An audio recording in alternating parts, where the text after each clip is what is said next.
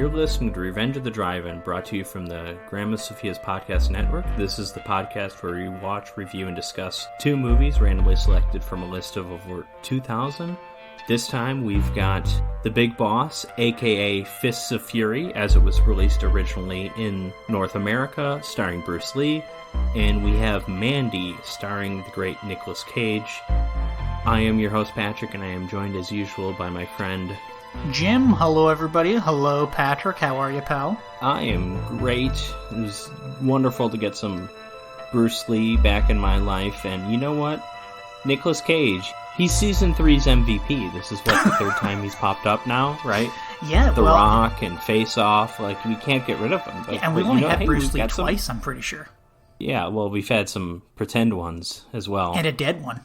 Yeah, literal, real life dead. In his real casket. life dead Bruce Lee, yes. Jim, before we started recording, you were telling me about some of your difficulties in finding The Big Boss. If you are a Canadian listener, Katie, you listening? you're probably going to find it hard to find this. But as Patrick and I were talking about before we started recording, The Big Boss is also known as Fists of Fury, plural fists. Yes, because Fist of Fury is a different movie, I would imagine, and I don't know this for certain because I didn't read too much into this, because this is your job because you're covering this movie. But Okay, listen. I had seen Fist of Fury originally. That's the singular fist. I had only single-fisted before. I've never double-fisted until recently. Oh, we can double fist together sometime for this podcast. Exactly. But so I assume The Big Boss was titled Fists of Fury in North America because it probably came out there after Fist of Fury, even though this was released in 1971, at least in Hong Kong, and Fist of Fury, singular, was released in 1972. So that actually came later. Was shot later, but it was probably released in North America earlier. Oh yeah, in North America, The Big Boss was released December 1st of 1972. So, yeah, you're right. Well, I'm not right, technically, because that doesn't mean Fist of Fury was released before that, A Fistful of Dollars came out in 1964 in Europe, but that came out in, 66 in the U.S., so who knows? Fist of Fury came out in 1973 in North America. Then I have no idea why they would have titled it that.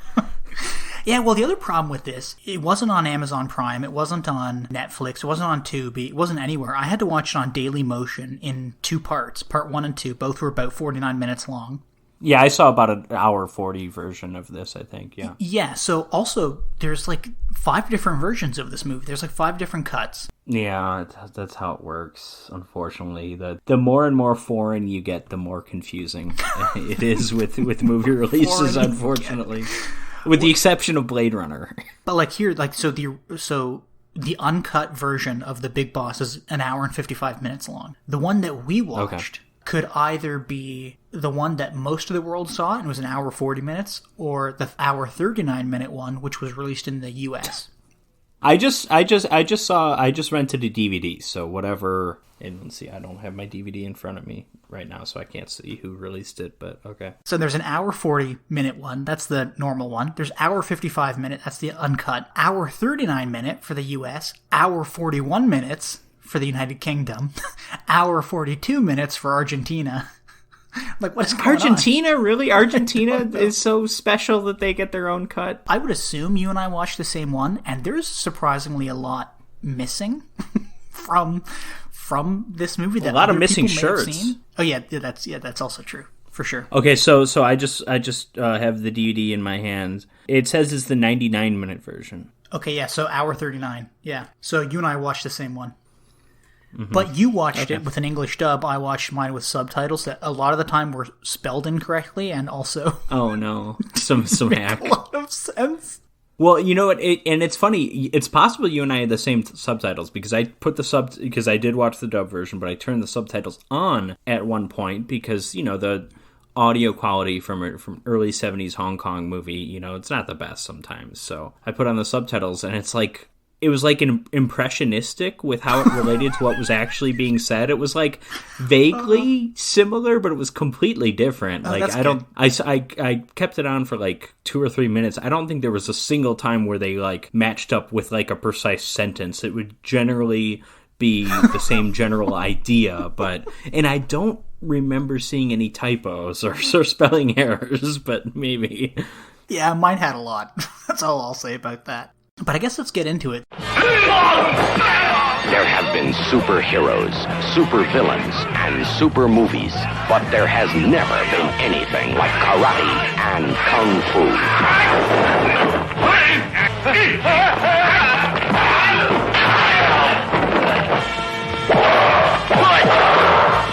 And Bruce Lee, he's the man with the fists of fury. The Big Boss, released in December of 71. I guess this is kind of like the period where Bruce Lee was at his height, because he died in, 73? Well, yeah, I don't think he kept growing after this. He is a 30-year-old man or whatever. This movie was shot in Thailand. It is a Hong Kong production, though. From the Raymond Chow, who he did Game of Death. Yes, yeah. I think he was just a huge producer in Hong Kong. He's probably the biggest producer in Hong Kong at the time, but in general, he's kind of responsible for all the early Jackie Chan movies, all these kung fu stars. I'm sure he did stuff other than kung fu, but Interestingly enough, Bruce Lee was supposed to fly direct to Thailand from the US, but he wanted to go to Hong Kong to quote-unquote make some telephone calls and visit with some old friends. This sounds like he's up to something illegal. I know. Maybe it's just your tone, the way you're saying it, well, but I'm like, oh my God. I gotta go to Hong Kong to make some telephone calls. What the fuck does that even mean?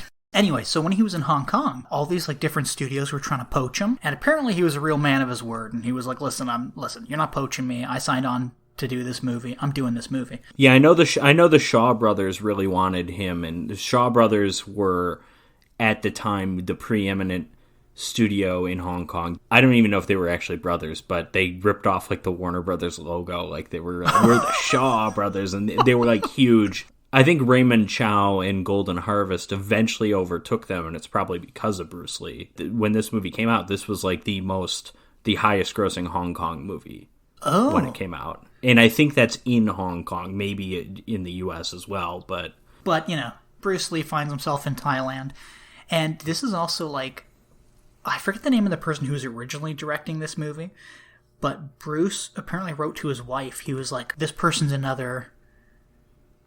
I'm paraphrasing here. He's like, this person's another, piece of shit director who thinks they're somebody.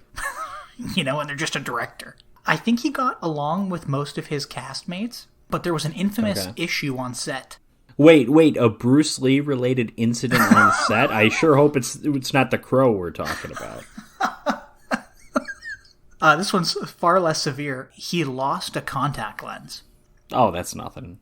But he started freaking out, and he shut production down for an hour and a half and got everybody to scour the floor for his contact lens.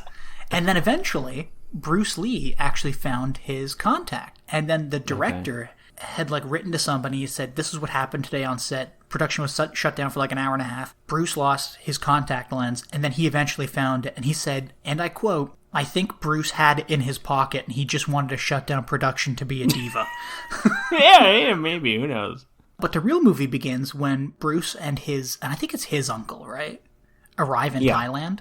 There's something weird going on here, this whole family dynamic, and I'm confused. But him and his uncle show up in Thailand. His uncle is taking him to Thailand to introduce him to his nephew, aka one of Bruce's cousins, a fella by the name of Shu Chen. And I guess it's hard for people to find work in China, so they've come to Thailand where there's a bunch of other Chinese nationals hanging out, working. By the way, so this is the second Bruce Lee movie we've covered, and this one has by far more fighting in it than Game of Death, but I don't know if it has more Bruce Lee fighting.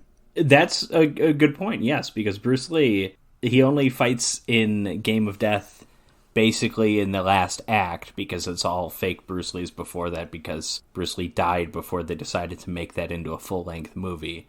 But yeah, here, Bruce Lee, he's taken a vow not to fight. Yeah, his mother gave him a fancy jade pendant, and she was like, don't fight, don't get in trouble, be a good little Bruce boy. And he's like, okay, Mom, I promise I won't fight. And we see this pretty much 50 feet from the boat where him and his uncle get off. They stop for a drink or something, and these thugs roll up and start picking on this kid who's selling dumplings. And by picking on him, they just like steal his food and refuse to pay him, and then kind of push him around. And then this kid classic runs... like high school bullying, basically. Yeah, that's exactly it. Yeah, this kid kind of like runs out of frame and over towards this man who's just standing there, who turns out to be Shu Chen, and he's like, they won't pay for the dumplings they took. And Cousin Shu is like, these fuckers, and starts just kind of like kicking the shit out of them. It's not like cool, refined martial arts like Bruce Lee does. It's kind of like street brawl in martial arts, you know what I mean? Yeah, that was what I felt, especially in the big fight scene at the factory or whatever, where it is just kind of people just fighting. Like, it's not... Yeah, it's not refined. You're exactly right. It doesn't feel like a martial arts movie. It feels like an Indiana Jones movie or something. Yeah, except like, nobody pulls out a pistol like and shoots them. Yeah, it was like a barroom brawl, but just no bar, in like an old action movie. There's also a great bit in this fight scene at the beginning of the movie where all four of these thugs start running away, and Shu chases them. He's like, "Come back here! Stop running, you fucking pussies!" is pretty much what he calls them. And they have to turn and fight him again. But they all get scared off. And the uncle goes, "Oh my god, that dude who's absolutely demolishing over there, that's your cousin, that's my nephew. Let's go over and meet him." So the both of them go over, say hi to Shu, and Shu's like, "Oh my god, third uncle," which I guess that's uncle 3 times removed. I don't understand what's going on. It may be his third oldest uncle. Maybe, yeah, who knows? Yeah. I don't think that whatever. I don't think I got that line in my movie, so I'm just Oh, okay, yeah. Well, welcome to the Daily Motion version of Canada.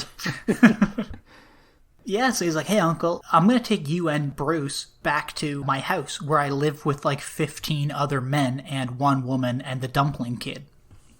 They all call each other brother, but I don't think any of them are related. I think they're all just like friends or like all Chinese nationals that came over for work in Thailand. In some Shakespeare plays, characters who aren't related to each other refer to each other as cuz, like cousin, I think. Oh, okay. Just a term of affection. So anyways, the uncle and Bruce and all these people, they're all meeting each other, and the uncle goes, "Look, like I brought Bruce here. He can't find work in China. Can you help him?" And she was like, "Yeah, I knew you were coming. I've already spoken to my ice factory manager, supervisor, whatever, and he said he'll find a job for Bruce." So, and also they call it a factory, but it's really like an ice packing plant. Like they just make ice and then put it on a truck, and then the truck drives away. I mean, well, I guess I don't know the technical definition for factory, but I'll tell you. Here's a quick it little sounds aside. like a factory to me. My dad, when he was a kid in Toronto in like the 60s, was working at an ice packing plant. That's what they call it, an ice packing plant. And this kid who just started, they were showing him how to like unclog jammed ice out of this like ice cutting machine, and you just kick it. And you're not supposed to. You're supposed to turn everything off and like remove the ice and whatever. Anyways, one day, this kid went to go kick this block of ice. It was like his second shift ever. And he fell into the machine and just started sawing his leg right up through the center. And then my dad quit the ice packing plant. So there you go. Fun story. The fuck? Yeah. So this ice factory that everybody's working at, like everybody who lives in this house works at this factory. Again, Shu gets Bruce a job there pretty quickly. And before he actually starts there, they're like hanging out one night, and there's a woman crying, and you see that people are gambling, and you see that Shu's a really nice guy. This guy lost all of his money, and he gives this guy who's down on his luck $200 after he proves that they're playing with like weighted dice in this gambling hall. And this has nothing to do with the story other than to prove that Shu's a nice guy. So the next day, Bruce starts at the plant, and there's this kind of angry, grumpy-looking foreman. Wait, is this the big boss we're talking about, or no? This is the foreman at the plant. Okay. Bruce is like, "Okay, what do you want me to do?" And the guy goes, "Well, like, get to work." And Bruce is like, "Yeah, but like, what job do you want me to do?" And the guy's like, "I help them load ice." So they're pushing these big giant slabs of ice down this like ramp into like a building or something where they pack it and put it on a truck or something. I don't know. And Bruce, being Bruce Lee, goes, "Okay, I can do that." He kind of like Dragon Ball Z punches this block of ice down this ramp, and he hits it so hard that it breaks through like this guardrail and hits the ground and breaks. And then these 2 workers run over, and there's like bags of stuff inside the ice, and they're like, "What is this? Is it drugs or something? I don't know." In other words, Bruce Lee could have saved that one guy's leg.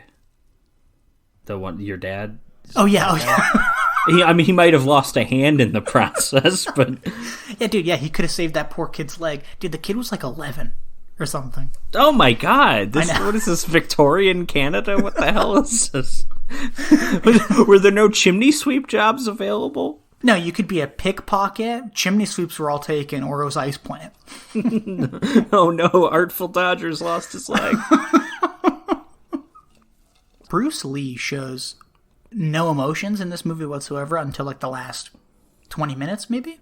No, there's in the big fight scene where he like slightly gets involved just to kind of tell people to stop. There's a scene where like someone gets kind of pushed into him and then he just gets pissed. Yeah, like I like that. But that's halfway through the movie though. So anyway, Bruce breaks this ice. These guys see drugs inside. And then it's the end of the shift. So everybody's packing up and going home, back to their big giant house they all live in together. And these two ice plant workers get stopped by the foreman. And he's like, hey guys, the boss wants to see you. And they're like, oh, okay, cool. And I love this scene so much because everything the bad guys do in this movie doesn't make sense. These two workers get called into their boss's office. Not the big boss, but little boss, the guy who runs the ice packing plant. Not Asian Alan Ruck, because that's what I'll refer to the big boss as. Okay. He looked like Alan Ruck from Succession or Ferris Bueller, just Asian. Yeah, he did, yeah. Yeah, so they go in and talk to this boss, and this boss is like, hey guys, nice to see you. You're working really hard. Here's $2,000. And they're like, what? Why? And he goes, because you found something in the ice, didn't you? And they were like, yeah. And he's like, yeah, well, it's drugs. Now you can't tell anybody. Because it's a very profitable business. This whole ice packing plant is just a front for drug trafficking. And now that you know, we're going to cut you in on the profits. And they're like... hang on. I'm not disagreeing with anything you've said here, but this is the entire plot of Turner and Hooch. I'm just throwing that out there. It's like a fish. It's like a fish plant or something. But yeah, they definitely hide drugs in the ice in Turner and Hooch, and that's what gets people murdered. Cut it! I'm running out of doors! Listen, I've been on record. Turner and Hooch is one of the greatest films ever made. Dude, I love Turner and Hooch. By the way, there is a Hooch-type dog in Mandy in like one shot. It's a dog like de Bordeaux. Okay. French Mastiff. So it's a drunk dog? Hey, Hooch is drunk. Hooch drinks beer. He doesn't drink Bordeaux wine, but he drinks beer. Oh, you're right. But yeah, Turner and Hooch, quite possibly coming up later. It's definitely on the short list of films that I might pick for our end of season when you and I pick movies. Turner and Hooch is definitely one I've been considering. Oh, then I'm going to pick the Starsky and Hutch with Owen Wilson and Ben Stiller. It's not on the list. Fuck you. No. I thought you were going to say K9 with Jim Belushi. Or whatever. Oh, yeah. I don't think that's on it either. It might be, though. I'm not sure. I've never seen it. So these two workers who think they've hit it big, they're on their way home, and literally they're steps out of their boss's door when the foreman and these other thugs at the boss's orders just jump out from the bushes, and like one guy like axes one of the workers in the head, and then they stab the other one in the gut and kill them. And they go missing. And everybody at the house... they go missing. Yeah. I mean... To everyone else, they go missing. Yeah, exactly. Yes. Exactly. Yeah. We don't know what happened to them. They just disappear. Yeah. So everybody at the house is like, "Hey, where's our buddies?" And they're like, "I don't know. I think the boss wanted to talk to them." And they're like, "Ah, okay. Well, they'll be home later tonight." Well, they never show up. People are a little upset by that. They don't know what's happened to their friends. They don't know when they're coming back. So Shu, I think, approaches the boss of the ice plant. He was like, "Hey, where are our friends? Like, they're gone, they're missing, you know, nobody's seen them, nobody's heard them. They were apparently in your office last night." And the boss is like, "I don't know where they went afterwards. I told them to go home." And he goes, "Actually, I think I sent them up to the other boss's house, the big boss's house." No. You'll recognize it. It's the one with the 1965 Ferrari parked outside. Actually, do you know what? You were actually close. That house, actually, is a Buddhist temple and was built in 1963. Okay. Well, listen, I'm sure I'm wrong about the year of the Ferrari from Ferris Bueller. Yeah, I think it's probably also, the 80s. So. Well, no, the movie takes place, it's an older car. You're right. I don't, listen. But, yeah. Listen, let's just move on. I'm just going to embarrass myself. So Shu goes up to the big boss, and he's like, hey, with a friend, by the way, with a coworker. And he goes, hey, our friends are missing. They saw our direct supervisor last night. Then they came up to see you, apparently, and they're gone. And this fucking big boss, he's a fucking... 1961 is the Ferrari, by the way. Oh, okay. So wow. I was wrong. I just threw 65 Listen, out you were close, man. I didn't feel good about it. I thought it was going to be earlier, but, Listen, I'm still going to give you the points. You're only a couple years off. Yeah, you said 80s. I mean, yeah, I did, yeah. So I'm going to lose all the points on that one. Jim, negative 15. Patrick, yeah, 2. Can we keep a score at the end of every podcast, how many points I lose? Absolutely. And of course, me editing, I can just edit out all the times I lose points if I want to. Oh, you son of a bitch. I knew that's why. This big boss, by the way, I forgot to mention, there's a brief scene where we see him like hanging out smoking like a hookah or like a water pipe or something. It's like a hookah / pipe. It was a weird device, but I figured that caught your eye because you're one of those weirdos that uses pipes like Gandalf and you're right. Yeah, like I'm a big gay wizard. Well, Gandalf's not gay. I mean, Ian McKellen is. Dumbledore is at a certain point. Once J.K. Rowling decided he was. Yeah, of course. Yeah. Yeah, I don't think Gandalf's ever gay. He just That's okay. has just call me. He just has a thing for little men. Okay, we've all been there. Yeah. So this big boss, he's like smoking something weird, and he's watching his son sparring with like a bunch of thugs, and everybody's kind of shit. Then the big boss goes, hey, son, step aside. Watch daddy do this. And he starts like flipping around and jumping like 10 feet above their heads and doing like all this weird jumpy... Some wire stuff. Yeah. Exactly, yeah. 100%. Also, this is great because it should come as no surprise. At one point later in the film, Bruce Lee fights this guy. And I like, because he's just like the boss. Like, he's just a drug guy. You wouldn't necessarily think he can fight. But then, we established that he's this, like, super skilled martial artist. He's proficient in the martial arts. He's pretty good at martial arts, but he's not very good at brushing his teeth. Oh, yeah. Listen, it was the 70s. He's probably from British Hong Kong. Oh, yeah. But this stinky mouthed bastard, he's hanging out inside of his house. And Shu, who can brush his teeth, and his coworker, he just chooses not to. Well, Shu and his buddy show up, and they're like, "Hey, Mr. Big Boss, it's a pleasure meeting you. Our friends are missing. They were apparently here. Where did they go?" And dude, the guy's an idiot. And again, all the bad guys in this movie are stupid. They're just like, "Oh, well, they did a really good job, and I've promoted them." He's like, well, where are they now? Oh, well, they're not here right now. They're just away. They'll be back. Well, if they don't show up, I'll contact the police and say that they're missing. And then Shu's like, okay, look, I'm not an idiot. I think you've murdered them, and I'm going to go straight to the authorities right now. So Shu runs out with his buddy. He's going to go to the police, and this guy's seeing his life flash before his eyes. He's like, I got to stop him. So he gets all of his thugs to just kind of jump Shu and his buddy. And this is actually a really cool fight scene. Shu and his buddy get surrounded by like 10 guys, and they've all got weapons, like clubs, knives, a chain, and these two guys are giving it their all. And again, it's not like a refined kind of looking martial arts style, but it is this like rough and tumble thing, and like Shu's getting a chain wrapped around his neck, and he's just kicking people in the gut and the nuts and in the head. It's like a really fight piece, a set piece, I guess. I don't know. What the fuck? I don't know.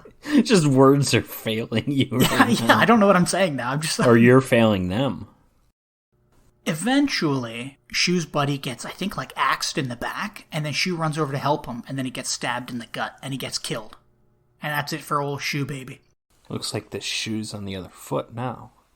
Well, all of his friends back at home realize that he's missing. He hasn't come back. It's like nighttime. Bruce Lee gets up. He goes, guys, look, it's like 12:30. He's not coming back tonight. Let's all go to bed. So the next day they go to the factory, and everybody's like kicking up a fuss to the big boss. Or sorry, to the not big boss, the littler boss. They're like, look, Shu's gone. The other guy's gone, and there's, our two other friends are gone. There's 4 people missing now. Where the fuck are they? And stop telling us you're just going to call the police, because, something's going on here. And the foreman, he's ringing this bell trying to get everybody to go back to work, but they're all refusing. And then this big fight breaks out. And you got like the foreman and a couple other like boss-like individuals fighting like 20 workers. And they've all got like ice, my words really are failing. They've all got ice things, Picks, hooks, trays, Thanks. cubes. Yeah, all those things. They've got like ice clamper Ices? claws. Yeah, yeah. Ice Baby. Listen, stop it. They've all got to stop. They've all got like ice pick things and these claw things, and they're fighting the foreman and all of his buddies. It's all just like this rough and tumble sort of thing where people are just bashing people's heads into the ground and hitting each other with shovels and stuff. And as it looks like the workers are going to win, a whole busload of the big bosses, like elite thugs, show up, and they've all got knives and stuff. So they just start kicking the crap out of all the workers. And then Bruce Lee, who's minding his own business, because again, he has like this jade pendant on that his mom gave him, and she was like, Bruce, don't fight. And he goes, okay, Mom, I promise. Well, he's just fucking minding his own business, literally leaning against a wall, and one of these guys comes up and just punches him in the face. Just clocks him one. And then rips his pendant off. And Bruce Lee goes fucking berserk. He just starts screaming, and he just literally takes out two guys in like a matter of seconds.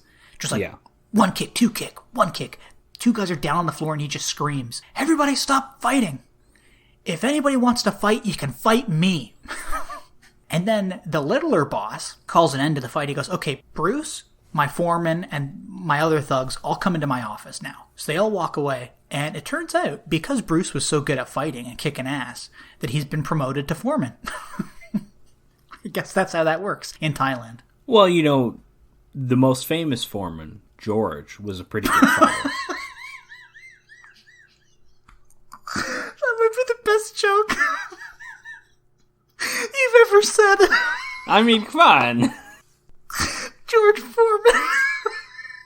I'm gonna pass out. So Bruce Lee, you know, a la George Foreman, has been promoted. He's then kind of like invited out to these fancy dinners and stuff. And by these fancy dinners, I mean one specific fancy dinner. Sure. With the littler boss and the old foreman and some other people and a prostitute. Mm-hmm. And Bruce Lee gets absolutely fucked up on a bottle of Hennessy, which I guess was pretty big shit for Thailand back in 1971. This is big shit now. Hennessy is... Do you know how many Drake songs mention Hennessy? That stuff. Yeah, but Drake's a loser, dude. I know he is, but you know, it's not just Drake. It's other. Hennessy is like, it's a cognac, right? I think so. Is that what it is? I think so. So Bruce is kind of schmoozing it up, and all of his friends think that he's lost sight of what they're trying to accomplish, which is, you know, find all of their four missing friends. And it really starts when, like, Bruce doesn't come home after he's been promoted. Instead, he stays and hangs out with this prostitute. And the girl that lives with Bruce and all the other boys at the house sees him coming out of the brothel. Which, Patrick, when you were watching this, maybe... I know we watched a version that was the same runtime, but, you know, perhaps you had a slightly different version. Did you see a scene where he actually went back to the brothel with the prostitute? Yeah, I think so. Okay, well, I didn't get that, because it went, for me, it went straight from, like, him drinking to then waking up the next morning. Like, no, there was a nude scene in my version, for sure. Oh, yeah, I didn't get that. God damn it. No, it was crazy. She had 3 boobs. Like, whoa! I gotta go back and watch it. Daily Motion. 3 boobs, there's a lot more than just Daily Motion. The hell are you talking about? I think you just lost another point. I don't know what I'm you're losing saying. my mind. So Bruce is like, you know, he's coming out of this brothel, and everybody thinks he's, you know, not being a good friend. And it's not really true. He keeps asking the bosses. He's like, hey, where are my buddies? And they're like, oh, we don't know. We're going to notify the cops, though. We'll let you know if we hear anything. And because he's a foreman now, and because it looks like he isn't doing anything, we have like a solid like 20-minute chunk in the movie where he just loses the respect of all of his friends. So when his friends have lost all hope in Bruce, he's like, look, I'm leaving. I'm going somewhere else for the night. I don't care. And he goes back to this brothel where he was, you know, making sweet, sweet love to this sweet, sweet Thai lady. Well, it's Thai. Are we certain she's a lady? So what did you see in Bangkok? Oh, I saw the Golden Temple, man. Beautiful it was. Yeah, what else? Well, there's a river market, right? All the little boats come up and they've got all the fresh produce on them. Michael, come on. Tell me about the lady boys. Oh, you mean them transsexuals? I seen them, but, you know, they're disgusting. I kept away from them. Oh, God, yeah. Fascinating creatures, though. Looks like a lady, but really it's a man. I don't find them attractive, it's just confusing.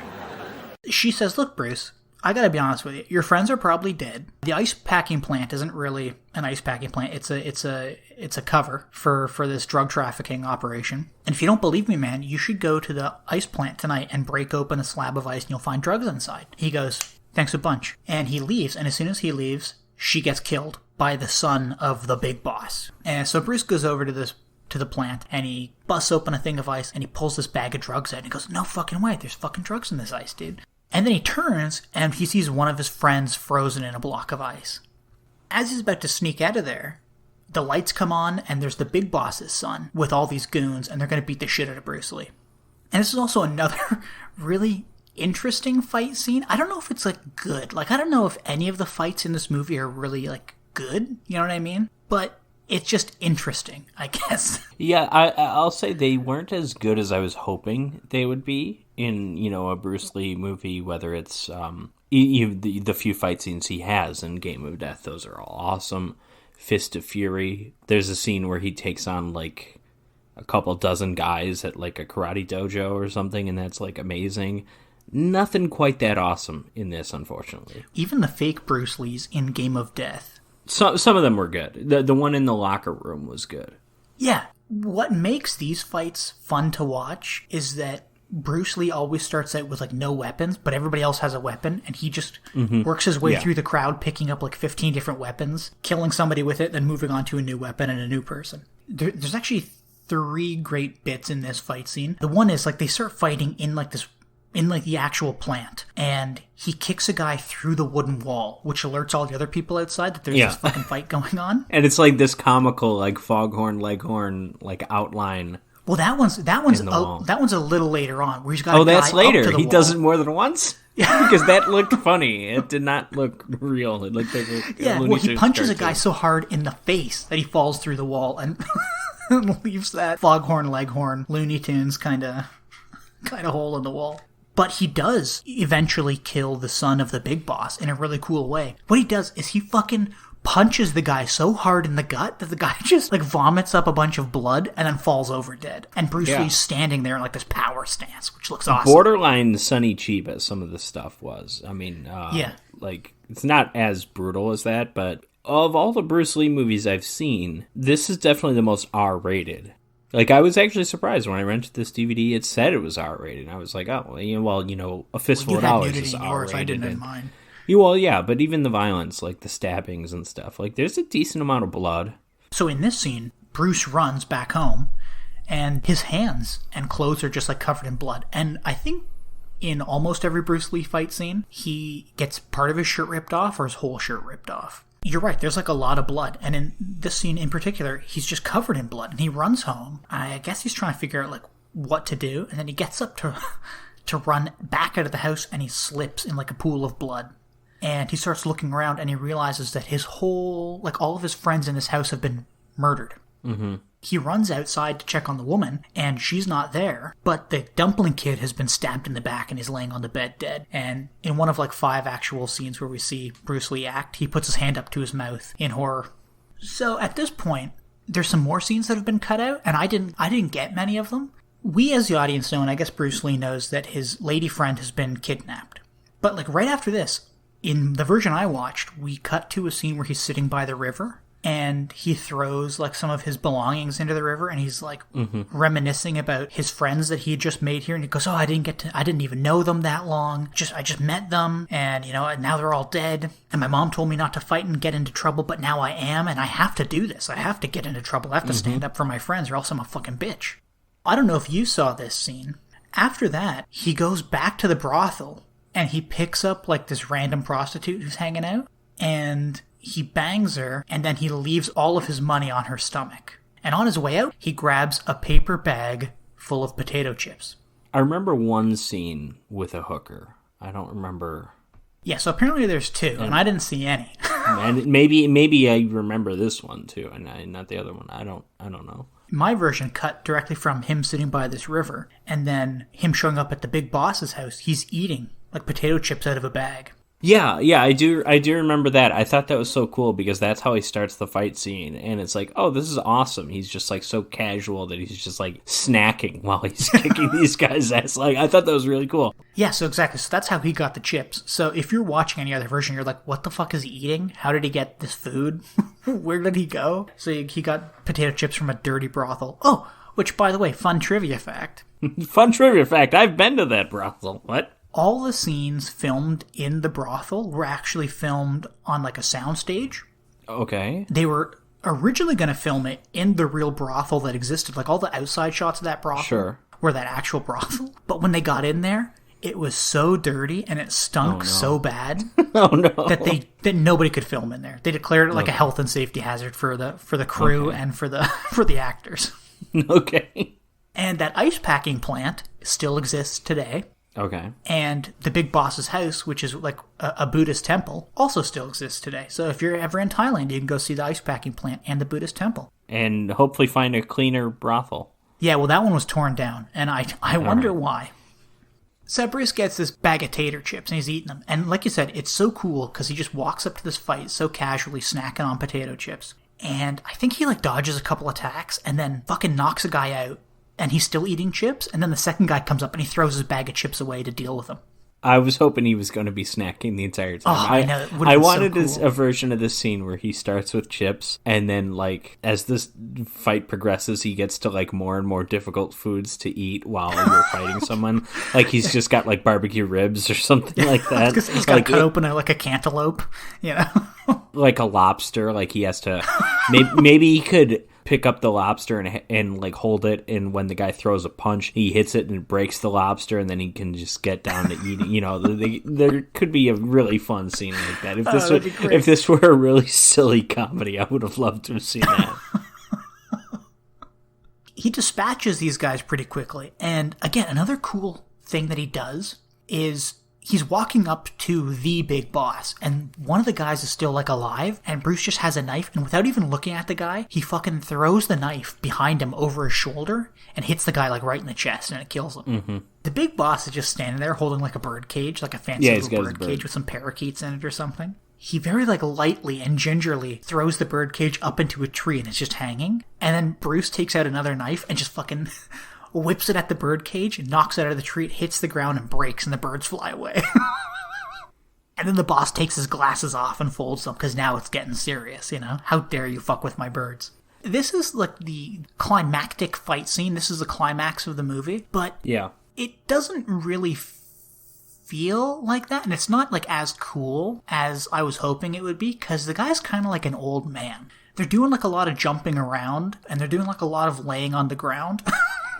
And slowly getting back up. And there might be a reason for that. And it's because Bruce Lee sprained his ankle, like right before filming this scene. And they took him to a hospital. So he was like recuperating for like a couple days. And then when he got back, it still wasn't totally healed. So he couldn't do like a lot of jumping and stuff. So he's dragging his leg a lot. Like if you go back and watch it. If anybody was going to bring that point up, the director was going to say, oh, well, Bruce is supposed to be physically exhausted by this point in the movie, so it just makes sense for his character to be dragging his leg like that.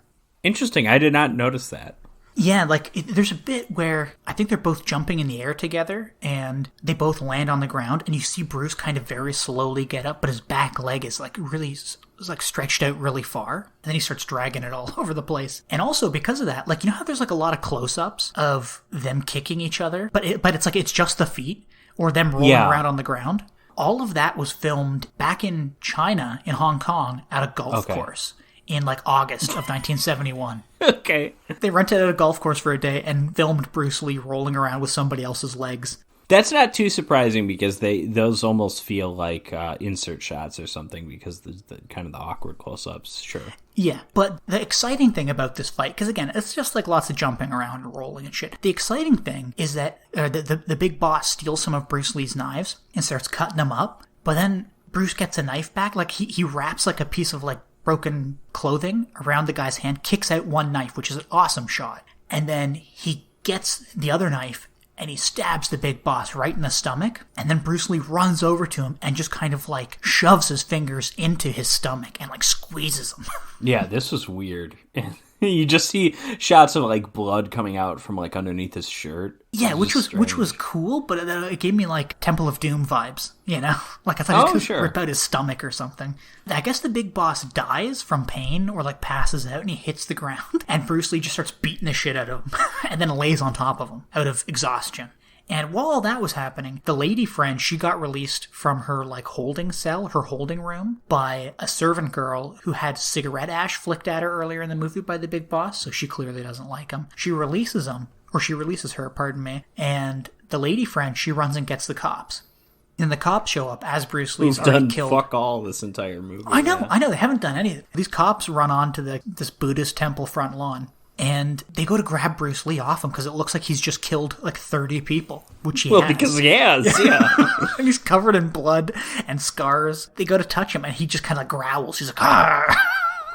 The lady's like, "No, Bruce, no. They're the police. It's okay, it's over." And he's like, "Okay." And then they cuff him and then they walk him towards their police car and that's the end of the movie. So, Patrick, how did you like The Big Boss? I liked it a decent amount. It didn't blow me away. The fight scenes could have been better as far as a Bruce Lee martial arts picture goes. I would expect them to be better, quite frankly. Mm-hmm. I liked the climax. I liked how brutal him killing Alan Ruck was. That was a lot of fun.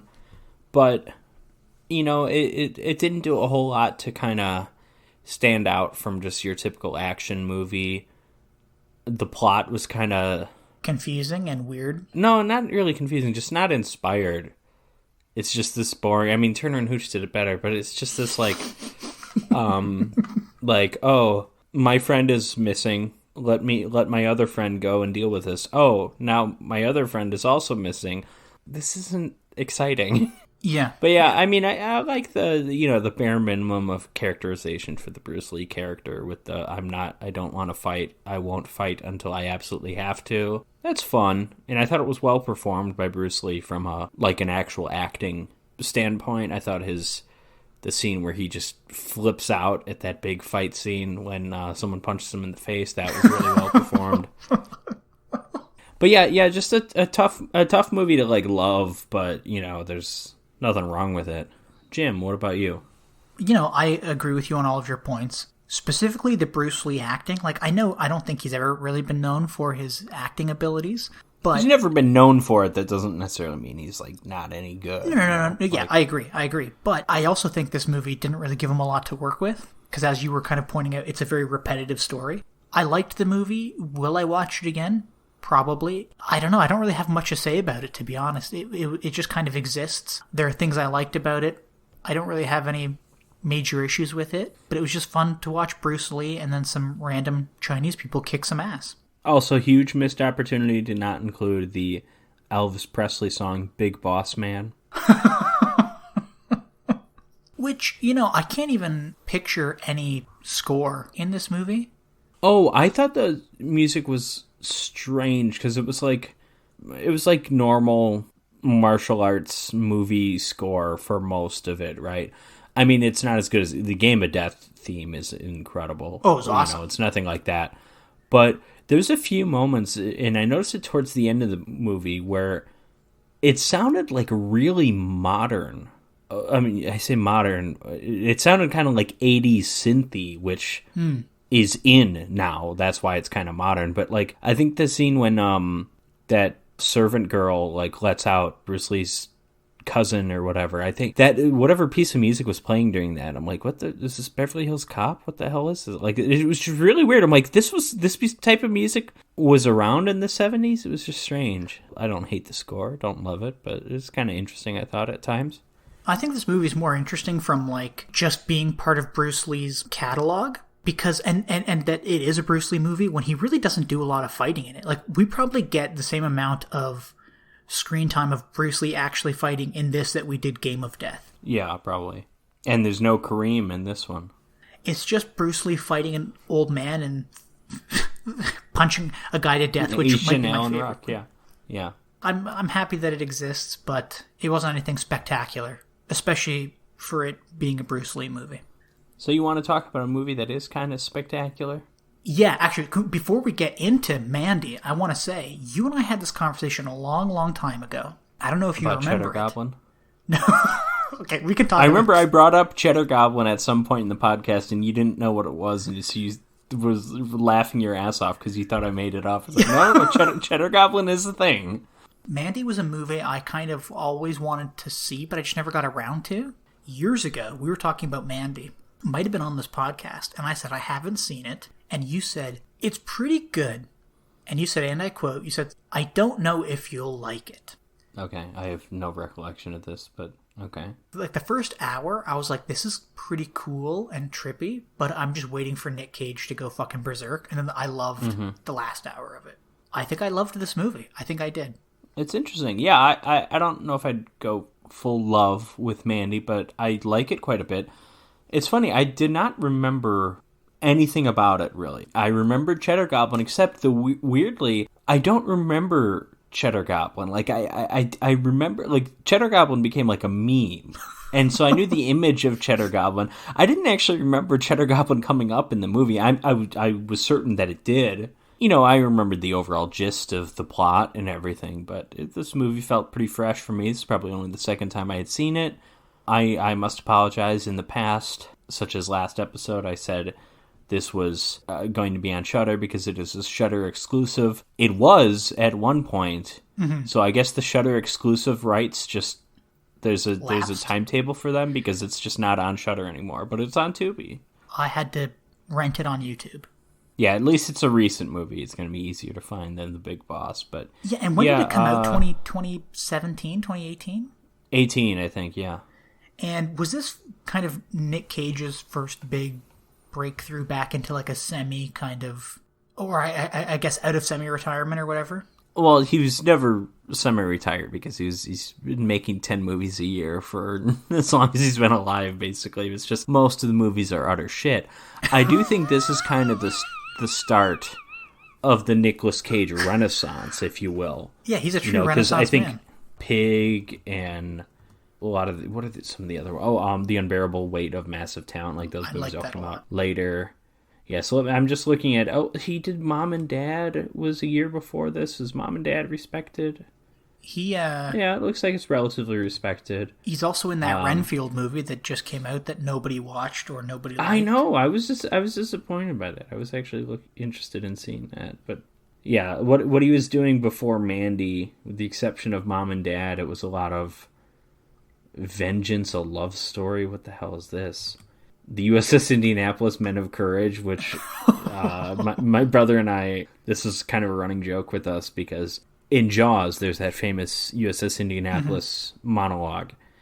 And the USS Indianapolis is an interesting story. And I remember as a kid, I had like read books on it. Like it was just kind of a fascinating thing. And I was interested in sharks. And then it's like, we heard they were making a movie about it. Like, oh, that sounds interesting. And then we heard Nicolas Cage was going to star in it, and it's like, it could go either way, like we don't know.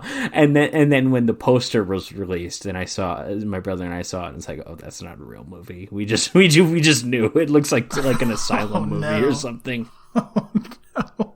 But yeah, Nicolas Cage on a bit of a hot streak pretty much since Mandy because, I mean, he still makes a lot of shit, don't get me wrong. But he's done Color Out of Space, he's done Pig, he's done The Unbearable Weight of Massive Talent. Like, it is some critically acclaimed films and critically acclaimed performances in those movies, too. It's nice to see him back. It is nice to see him back because he's, I've said this before on this podcast, he's a talented guy. When a filmmaker chooses to use him correctly, he's really good. Yeah, I think you have to be a filmmaker who knows how to use Nicolas Cage and the energy he brings. Yeah, because Nicolas Cage is always going to dial it up to 11 at one point or another, and you need the right movie around him where the 11 feels earned. Mm-hmm. And I think Mandy is that film. It's not the only film. I think Face Off is that film as well. But Cage works probably best in kind of heightened films, like not where you're not really going for realism. I say this, I've never seen Pig, and I don't think Pig is a movie like well, apparently, according to Nick Cage, that's his favorite movie that he's ever made. Yeah, I saw recently there was a thing where someone was asking him, what are your 5 favorite Nicolas Cage movies? I know he said Pig was definitely his favorite. I know Mandy was in his top 5. I don't remember what the other 3 were. So The Rock better be on there. And Con Air. I mean, you listen, he's had a long career. He can, if he wants to go Peggy Sue Got Married, he can say that. He can say Leaving Las Vegas. He can say Kick-Ass. I hope he doesn't, because I hated that. But he could. I forgot about Kick-Ass. Under the crimson, primordial sky, the wretched warlock reached into the dark embrace. His fist closed around the serpent's eye. Strange and eternal. I need you to get me that girl I saw. Do you know what to do?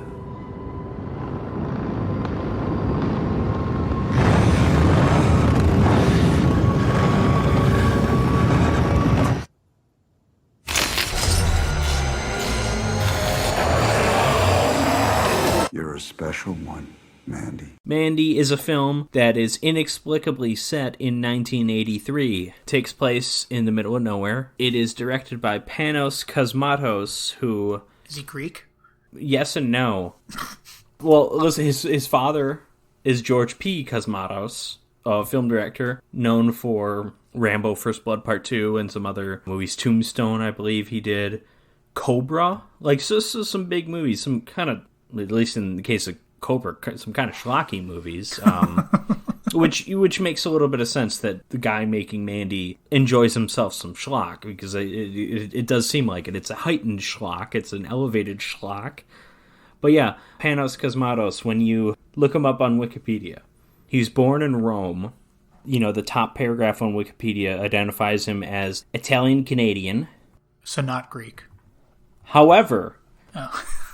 when you enter his name into Wikipedia, when it lists the page that you can click on, and it gives a little bit of detail on it, it says Panos Cosmatos, Greek-Canadian film director. What? So what the... Is this guy American, Canadian, Greek, Roman? Is his dad American? His dad was from Italy, but his dad was Greek, yeah. Oh. I wonder who wants to claim him, the Greeks or the Italians or the Canadians, because we'll fucking claim anybody. Well, yeah, the Canadians claim anybody, but, you know, if you watch this film, I'll tell you who wants to claim him, the weirdos. Because Mandy is every weirdo's favorite film, I think, or if it's not, it should be. I like this movie. It has everything in it that I hate. And so we'll talk about this. I don't know why I like this movie as much as I do, but I do like it. But yeah, we open in the Shadow Mountains in 1983. Red, played by Nicolas Cage, he is a lumberjack, although we only see him working one time. And he comes home late at night to his girlfriend, Mandy, who I guess is an artist who also works at a gas station. Like a druggy hippie who's into sword and sorcery novels. Do we ever see her voluntarily taking drugs? Yeah, well, she's smoking dope. It could have been a cigarette, couldn't it have been? I think everything was bathed in red in that scene. That is true. You can't tell. Yeah, no, but you're probably right. But I like the idea of Patrick there just watching. I'm like, that filthy bitch having a doob in the woods. Oh, I can't even tell what it is. Okay, so Mandy is played by Andrea Riseborough, really accomplished actress at this point. She was nominated for an Academy Award for Best Actress in a Leading Role this past year. And Jim, I don't know if you know this, it was a controversial nomination. Uh-oh. This is the weirdest story going around in Hollywood, but she was in this one movie that literally no one saw. Okay. And then, I don't know if it was because people liked her or, were friends with her or for whatever reason, but a bunch of people just started, throwing parties for her and inviting, Academy voters. And it was, completely borderline unethical, hey, just nominate her for this Oscar. And so she was nominated, but the Academy itself admitted we need to review the process, everything that went into this. And I think there was, I don't know where this came from, but there were some calls for her to be banned from the Oscars or something. It's what? Fair.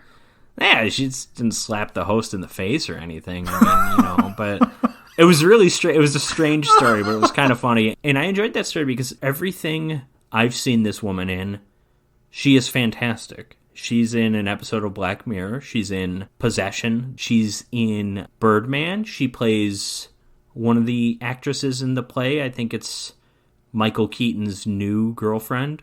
Okay.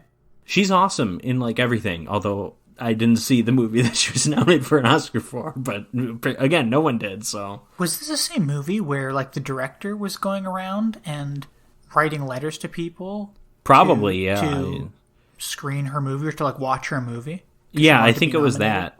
Yeah, it was very strange, but she's awesome here. She's Mandy. She wears Motley Crue shirts.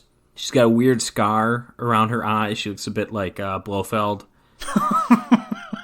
Yeah, you know what? I couldn't put my finger on it, but you're right. It's Blofeld. So they live in this house in the middle of the woods, and their bedroom is, first of all, the bed appears to just be on the ground, doesn't it? But their bedroom is like on a cliff, like overlooking all these trees, like just beautiful stuff. Yeah. Overall, this is just a beautiful movie. The cinematography, the lighting, the color. If I were to compare it to any movie that we've done on this podcast, I would say Suspiria, in that, like, really beautiful cinematography, really fantastical lighting. Yeah, that was actually something I wrote down in my notes. I was entranced by a lot of the lighting and colors in this movie. Sure. So as I was saying, just before we started talking about Mandy, the first hour, I was kind of wondering where Nicolas Cage was, or when he was going to get pissed off. But I felt like I was fucking stoned, or like I was watching the movie, and the whole first hour of the movie felt like it went by in about 20 minutes to me. Like I felt like I just traveled through time watching this movie. Yeah, I was just totally fixated. Sure, yeah, let's go with that one. Fixated. So they seem like they've got a wonderful relationship, Red and Mandy. They seem to love their quiet lives. They talk about a bunch of boring shit. They talk about their favorite planets. Mandy goes walking, I guess, to work one day. She walks by a van, and this whole scene is just bathed in red. And inside this van is this weirdo religious cult called the Children of the New Dawn, and their leader, Jeremiah Sand, who looks like a cult leader. Like I love this guy, casting. by the way. The casting is perfect for this guy. But he sees Mandy and just, like, instantly wants her. And he's talking to his cohorts later on, and he speaks to his mother, Marlene, I think is her name. Yeah. And Brother Swan. And so, okay, I wanted to say, I can't remember, I think it was Brother Swan, maybe it was Mother Marlene. Both of those actors are Irish actors. Mother Marlene is played by, I have no clue how to, the Irish language is a true abomination in terms of pronouncing it right, so I have no idea if I'm getting this right, but Olwen Fouere, and she, I bring her up because she plays Sally Hardesty in the recent Netflix Texas Chainsaw Massacre reboot, because Marilyn Burns died. Oh.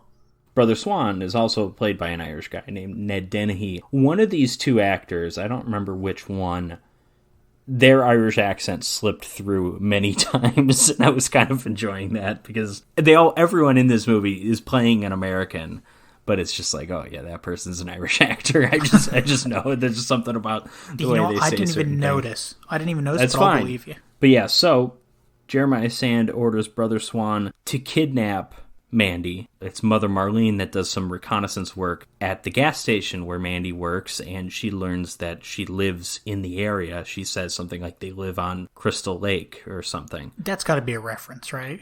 Yeah, and I don't know why. If this is a movie that's, like, filled with horror references, sure. But if it's not, you just have, like, one, it's just weird, right? Yeah. 'Cause there's movies out there where, like, every character is named, like, someone Carpenter or Jamie Lee something, you know? Like, you're just Michael taking, like, horror Voorhees. actors, directors. Yeah, exactly. There's movies like that. Maybe it's supposed to be hippy dippy. an accident? Maybe, yeah, that too. I don't know. I mean, you do see the lake, and it is, like, incredibly clear. Like, that certainly looks like a place that would be called Crystal Lake. Yeah. As opposed to the lake at the end of Friday the 13th Part 3, which looks like a fucking Black sewer. cesspit. It's disgusting. Did you I would say never. a sewer? Yeah, I would not vote. Yeah, I would not even vote in there. At night, Brother Swan and Jeremiah Sand show up to Mandy's house in their van, and they also have like a low-ranking member of the cult who looks like Augustus Gloop in the Willy Wonka remake. They're ready to sacrifice him because apparently they need a sacrifice for this other group that they bring in, and they bring in these guys by blowing into the horn of Abraxas. And this is the first moment where it's like, what is this movie? Okay, first off, it's just like, what? First off, I was blown away by this scene. Secondly, Horn of Abraxas. Like you hear that a lot, or like the name Abraxas, and essentially it's just like a bullshit name. Is it? Yeah, like I looked into it. Abraxas. So I've seen the Jesse Ventura movie, and that's a bullshit movie. I'll tell you that. But I mean, I don't know. Well, like Abraxas, I think was the name of an Egyptian god, but ever since then, it's been used by like occultists, just to I don't know, to make it sound just to more, sound official. I think so, and also I think the guy blows into a fucking ocarina, doesn't he? I guess so. Yeah, it reminds me of the thing that they blow into in Legend of Zelda. Well, you know me with video games. I was going to say in Jurassic Park 3 to make raptor noises. Remember that? Yeah, that too, sure. Yeah, well, I think it's an ocarina. But this scene, dude, I was blown away. Okay, so again, my first time watching this. I do not remember Cenobites being in this movie. I'll just say that much. Yes, so they blow this horn thing, and I'm like, this is cool. I don't know what's going on, but it's cool.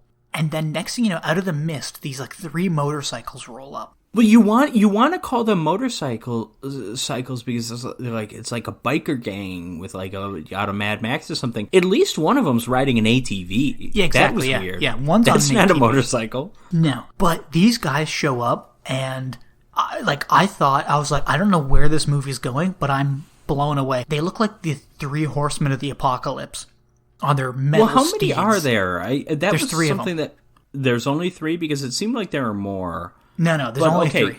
Who are these people a mix of? We're gonna I'm gonna list a few here. There's Cenobites is the first one. Mm-hmm. There's a little bit of Uruk-hai going on there. Yeah. A little bit of the Gimp from Pulp Fiction. And a little bit of like the Road Warrior, right? I was gonna chalk them all up to Cenobites and Road Warrior. I'm just thinking of orcs with how they talk. Yeah, that is so cool. So I think like one guy is like in like a gimp suit with like a funky looking mask on. Another guy has like nails all over him, and that's the Cenobite one. And I forget what the third guy looks like. They're fucking awesome. Whatever these things are, they're fucking awesome. And the one, he's like growling. He's like really low. I had to put subtitles on because I couldn't even understand it. Mm-hmm. And he's like, "Bring us more blood." He like downs they this. require a sacrifice. Is the but, gist of. Well, and because like this movie's so weird, I thought he was like downing like a mug of blood, but it turns out later in the movie you discover that it's like acid.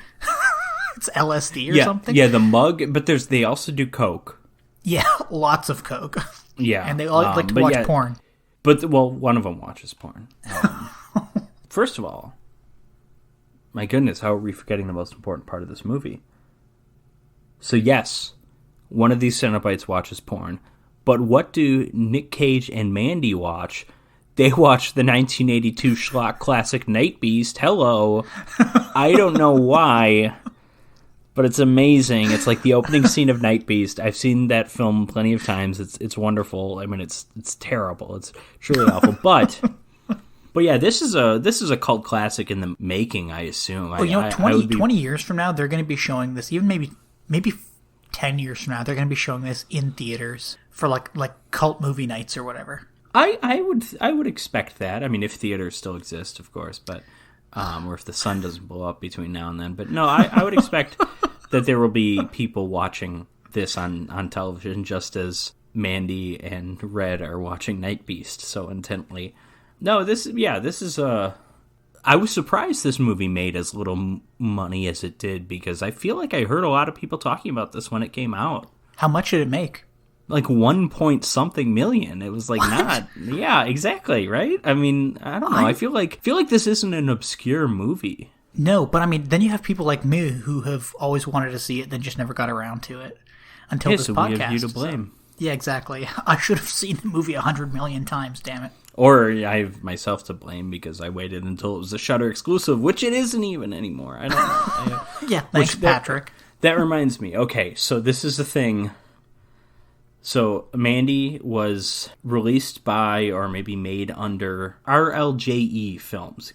I'm fascinated by this company. They seem, A24 has gotten a ton of publicity. A24 like wins Oscars now, and there's like people out there that are like A24 fans. There's this one obnoxious guy that I see on TikTok every once in a while who like just talks about movies, and in every single video he does, he's wearing an A24 hat, which I feel like is a cell phone, whether he knows it or not, because people Yeah. there are people out there that act like A24 like invented thoughtful cinema. And then, like, anything other than A24 is just, like, Marvel bullshit, which it's not. But I bring up A24 because I feel like RLJE is, like, A24 with less PR. It's like they feel like they've put out some kind of similar work. Like, doesn't Mandy feel like it could have been an A24 film? Yeah. It's a slow-moving, thoughtful, weird, violent movie that's, like, kind of a horror movie, kind of not. Yeah, what's the company called again? RLJE Films, and I'll list some other movies that they've put out. And they put out Puppet Master: The Littlest Reich, which is a classic. But I bring up that because that also at one point was a Shudder exclusive, and now it's not. They put out Satanic Panic, which is, me, I don't really like horror comedies. I enjoyed that one. They've done The Pale Door, which that's another one that was a Shudder exclusive. I fear that one has bit the dust as well. I don't know what Shudder just has something against RLJE films now. Maybe Sun, that was another Shudder one. Yeah, a lot of these are like, oh, I've seen these on. Oh no, they did Apex with Bruce Willis. Oh. So they've done okay. So not everything they do is quality. I get it, but no, they've done some like really, really good stuff. There seems to be a thing, too, with them where, for whatever reason, the filmmakers that work for this company seem to... Cosmatos arguably does it better than anyone, but this kind of coloring, the lighting, this seems to be a big RLJE thing. I don't know why that is. I don't know. But the real stylistic looks of the movies, I feel like a lot of their movies... Oh, another RLJE film, by the way, that feels like it could be an A24 film, Bone Tomahawk, the Kurt Russell cannibal western. See, now, I haven't seen that. I feel like I'd like it. And I haven't You probably would. You like Kurt Russell. I do love Kurt Russell. I think you would like that movie. I haven't seen any of the movies that you've listed, by the way. I know of them, especially Apex. And The Littlest Reich. Yeah, and The Littlest Reich. I've mentioned that film numerous times. It's arguably the best Puppet Master movie. It was really good. But now, do you think, what's it called again? R.L. Stein, the company? Yes, RLJE. Wait, can you say it again for me? Jesus. Come on, just use your ears. I'm not saying it again. One more time, please. RLJE. RLJE. Yeah, I feel like maybe they know how good a lot of their stuff is, and maybe it's just like a word of mouth thing, or maybe they're trying to keep budget down by not doing like a lot of promotion, right? Though Mandy was promoted really well, I feel. Well, not well enough to break 2 million, though, unfortunately. I mean... But, this is a sleeper hit, right? Like, I think it's going to pick up steam, pick up in DVD sales or downloads or whatever, or digital buys. DVD right? sales, yeah, that's something that people do. Am now. I dating myself? I'm no. A 30-year-old man. Mayhem is another one, which that's good. That again, these were all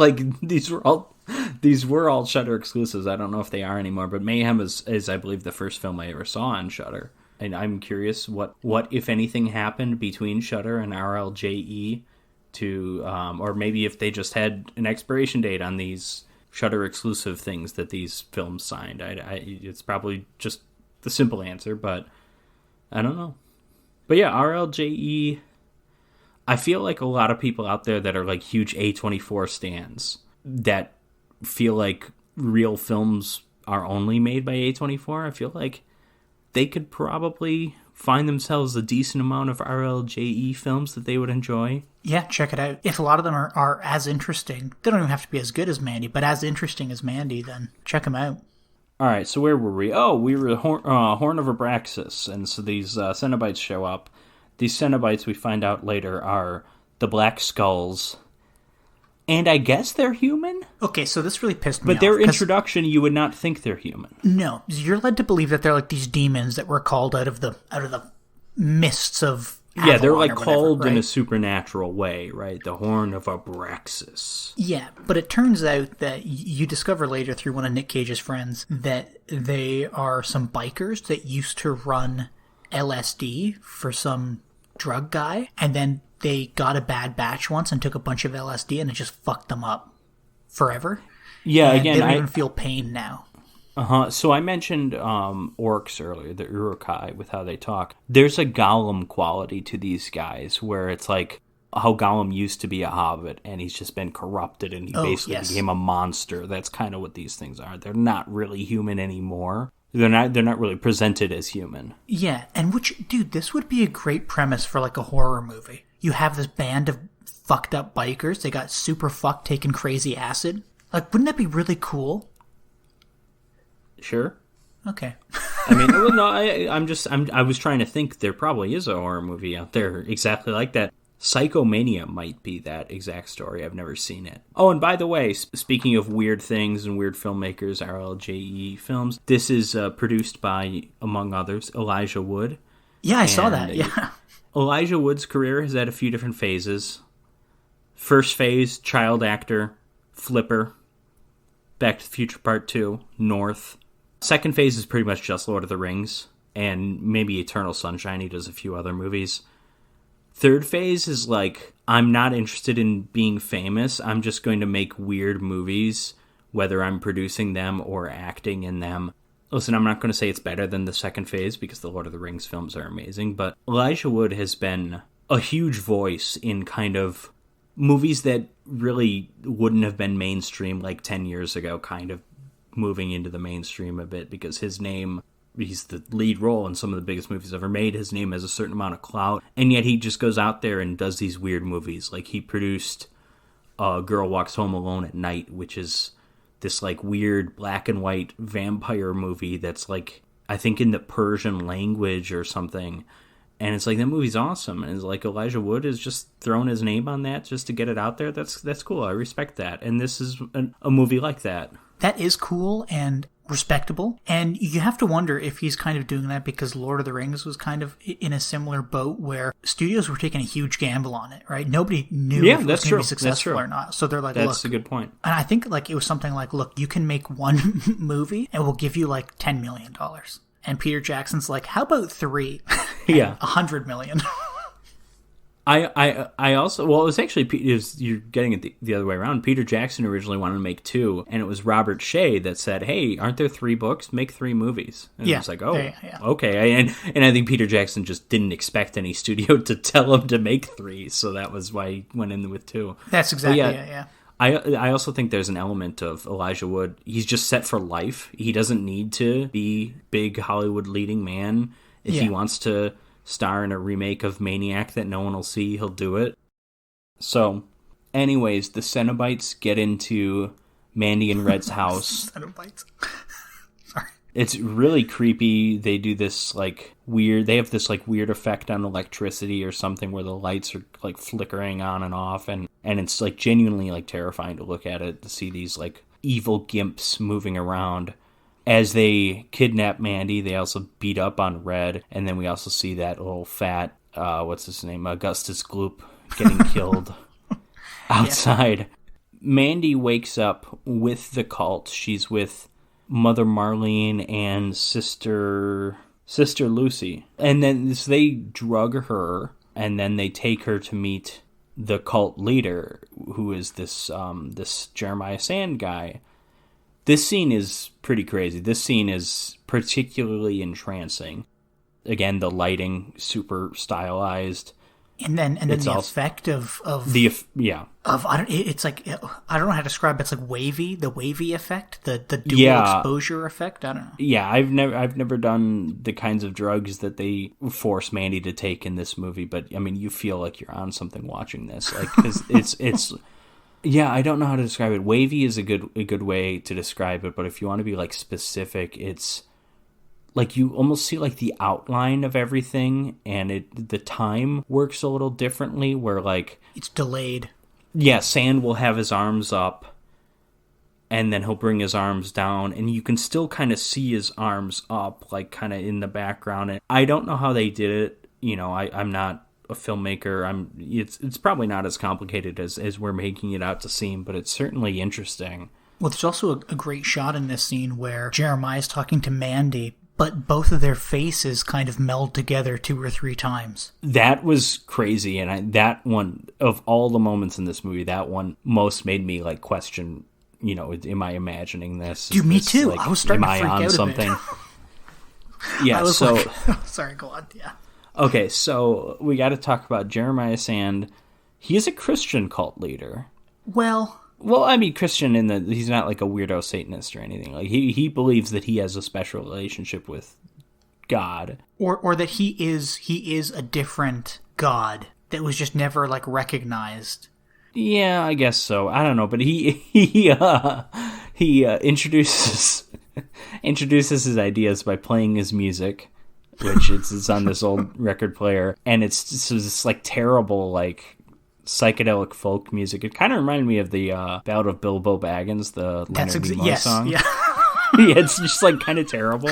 Yeah. And while this is playing, it gets really quiet in the soundtrack, and Sand like leans in closely to Mandy and is talking to her about all that, you know, he claims he met God and God told him that, you know, you can have everything that you want or whatever. Like, it's really long. I'm oversimplifying it, but it's also ultimately not that important. This guy just thinks he's God's gift to Earth, basically. He thinks he's hot shit.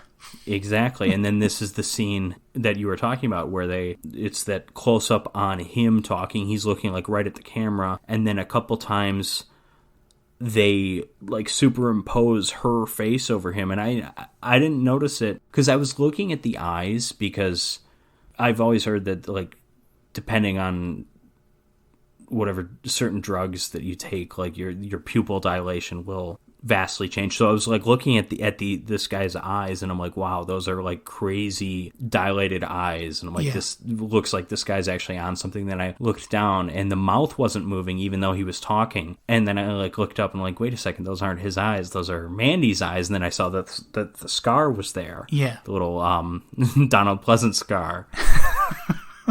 Well, also, we skipped over the most exciting part of this scene. As soon as he puts the record on, he disrobes. Well, sure. And I was about to get to that. So, yes, he essentially he's trying to seduce her, and she laughs at him. And whether she's laughing at his penis or just the weird situation or the song itself, because she does ask him about it, and I was like, wait, you made a song about yourself? She laughs at him, and then he flips out. And then the next thing we see is Nicolas Cage tied up outside his own house. The cult members show back up there. Sand has Sister Lucy perform Russian roulette on herself to prove how much she loves him, but only the one shot, and she survives. And then Sand stabs Nick Cage, and then they burn Mandy alive. She's in like a bag. Yeah. And they burn her. Eventually, this is after the cult's left, this is in the morning, Nick Cage frees himself, you know, goes over to the ashes, sees like it's still in like the outline of her, and then he goes back inside, and this is of course the famous Cheddar Goblin scene. It just sounds so fake. This never would have been a television commercial, and that's part of the joy of it, because at the end of the day, it's just it's a goblin puppet literally puking mac and cheese all over kids. It's like this would never have been a commercial, but it's like kind of amazing. Though that being said, it looks like it's good mac and cheese, to be honest. It does, and it looks like, I mean, aside from the fact that this never would have been on television, it looks like an authentic commercial. This looks like something from the 80s, right? It does, yeah. On one hand, talk about a drastic tonal shift, but also like thematically, this woman, the love of his life, dying before him, and then him going to her body, and it's not even a body, it's just ash, and then it falls over, and then there's like nothing. And then he goes inside, and there's a Cheddar Goblin commercial on TV. Like thematically, it's just like the world doesn't care about what just happened You're right, and I think that also, like, that Cheddar Goblin bit kind of signals the beginning of the second half of the movie. You know? I suppose. Where it's like, okay, now things are going to get off the fucking rails. Well, okay, yes and yes, but there's also, this movie does something where, like, different title cards come up, as if they don't say, like, Chapter 1 or anything, but that's sort of what they are. Mm-hmm. In this case, the first one that comes up is The Shadow Mountains, 1983. When Mandy walks by the cult in the van, the Children of the New Dawn comes up. Mm-hmm. And I know Mandy comes up as like a title screen. I think it's even after this, though. I don't remember exactly when in the movie it comes up. I don't remember. I thought it was here. Maybe it is. I thought it was after he at least gets his weapons, though. But, I'm not 100% yeah, I think sure. you're right. I think you're right. So Nick Cage collapses, and then when he wakes up, he goes inside the bathroom, finds a bottle of booze hidden in, like, the cupboard, like, underneath the sink or something, and just starts drinking it. And this is the most famous scene of the movie, of course. He is in tighty whities with a awesome long-sleeve tiger shirt. It's like a baseball shirt kind of style. Yeah, and he's just drinking the vodka. He's pouring it on his stab wounds. And then he just breaks down. He's screaming, and then it just eventually moves to crying. So this is, every movie needs one, and a great Nicolas Cage freak-out scene. This is probably the best. If you're watching this movie in the wrong state of mind, this scene is hilarious. If you're watching it in the right state of mind, this scene is moving. Like, you're just seeing a person just completely lose it. Yeah, I was going to think of something else to say, but no, I agree. And because I'll be honest, when I watched it, I kind of giggled a bit, but you're totally right about having to be in the right state of mind. Yeah, I think so, and this is the tightrope that you have to do with any kind of Nicolas Cage performance. He's always going to have those moments, but in the right context, those can be powerful, perhaps. Mm-hmm. But Nicolas Cage is a meme. He's maybe becoming less of one now, because people are frequently reminded of his talents, but, like, there was certainly a point where, like, Nicolas Cage is a joke. There's, like, everything he says is hilarious. He always has weird hair, and it's like, yeah, but he can be awesome. And I thought this was a moving scene. Yeah, I think the only thing that made it a little less moving for me was I was looking at all, like, the wallpaper in the bathroom and just the color. Oh, I was looking at his junk the entire time. Yeah, he's crushing up against that toilet seat when he's sitting down. Yeah. The next day, or later that day, or whatever, he goes over to his old friend's house. And this is Bill Duke is the actor who probably best known for Predator. I know he's an American Gigolo. I don't really know what else he's in. He's just like a guy I recognize, though. It's like, I've seen him and stuff, right? Yeah. But he lives in a trailer, and Nick Cage goes there to retrieve his crossbow. And he tells them, I'm going to go out hunting. So what you going to do with that thing? I'm going hunting. So what you hunting? It's crazy evil. There's a great bit, because when Mandy's laughing at Jeremiah, he says something like, what do you see? And she said, I see the Reaper fast approaching. And then when Nick Cage shows up to... Yeah, okay. I missed that, but I know, yeah. Because he refers to his crossbow as the Reaper. Yeah. Okay. And then this is where we get the backstory on them. They were drug runners or something. They were some biker gang, and they took some bad LSD, and now they're barely human, and they like it that way, or something. Like, there's some... Yeah, he says something like that.